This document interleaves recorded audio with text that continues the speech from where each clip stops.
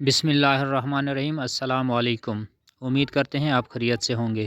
فرمان نبی صلی اللہ علیہ وآلہ وسلم ہے، صبح کا آغاز صدقے سے کیا کرو، کیونکہ مصیبت صدقے سے آگے قدم نہیں بڑھاتی۔